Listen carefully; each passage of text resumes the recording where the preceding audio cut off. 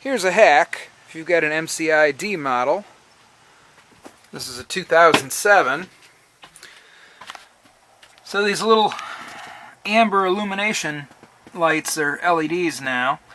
I had one of these go bad, and these are actually what illuminate your switch panel so you can see what's going on here at night.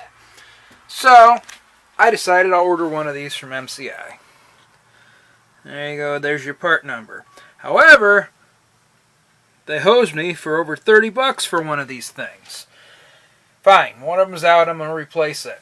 Well, I go to replace it, and when I pull this panel out, well, the other two decide, well, we don't want to work anymore because we've been jostled, the filaments in them broke, whatever, and I thought, I am not spending another $60 or $90 total for these three stupid little bulbs. So I happen to have a bunch of these marker lights, actually, I bought from an RV surplus.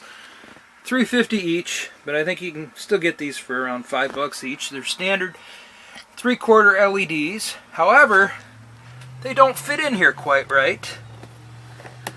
See, they move around a little bit. The hole's just a little bit too big for a 3/4 LED.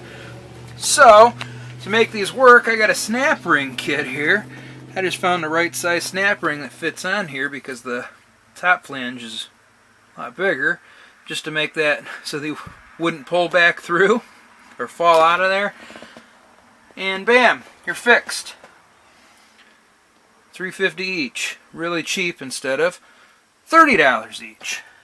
Now you do sacrifice that these are a little bit brighter and you can't dim them down as much, but I haven't really noticed an issue at night of these being too bright. But there you go, Matt's 4290 hack. We can save you a bunch of money.